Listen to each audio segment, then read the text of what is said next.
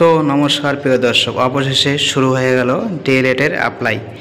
High secondary পাশে আপনারা D.El.Ed করতে পারবেন। তো ডিএলএডের কীভাবে অ্যাপ্লাই করবেন তার সম্পূর্ণ প্রসেস আজকের ভিডিওতে আমি স্টেপ বাই স্টেপ আপনাদেরকে দেখিয়ে দেব।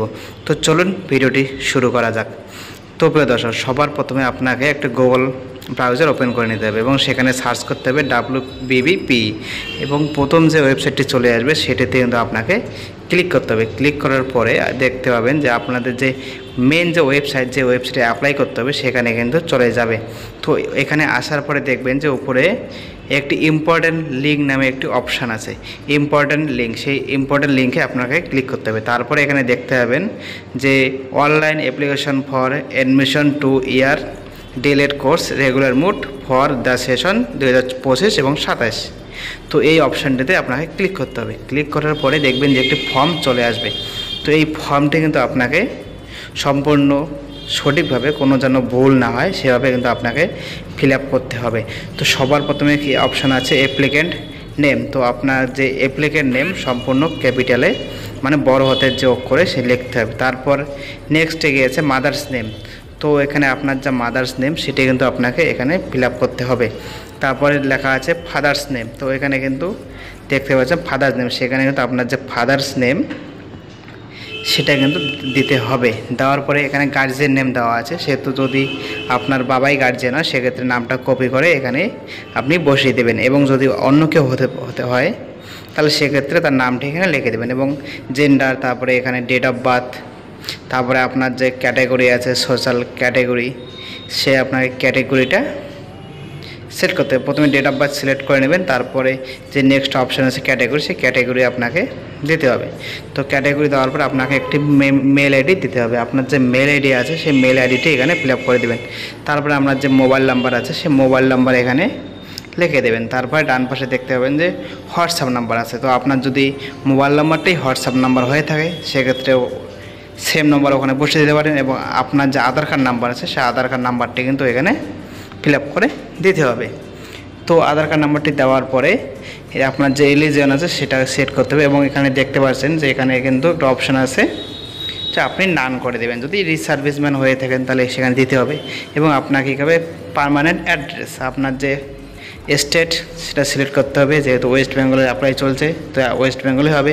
এবং ডিস্ট্রিক্ট পিনকোড এবং আপনার যে পার্মানেন্ট অ্যাড্রেস আছে সেই অ্যাড্রেসটা কিন্তু এখানে ফিল আপ করে দিতে হবে।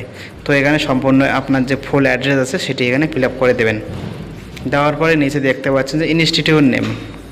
তো আপনি যে স্কুল থেকে হাই সেকেন্ডারি পাস করেছেন সেই স্কুলের নামটি এখানে দিতে হবে।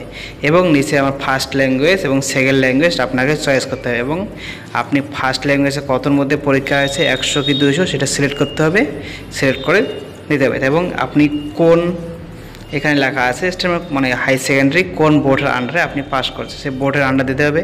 এবং কত সালে পাস করছেন সেটা কিন্তু আপনাকে সিলেক্ট করতে হবে। সিলেক্ট করার পরে এখানে আপনার পরীক্ষা কতর মধ্যে হয়েছে।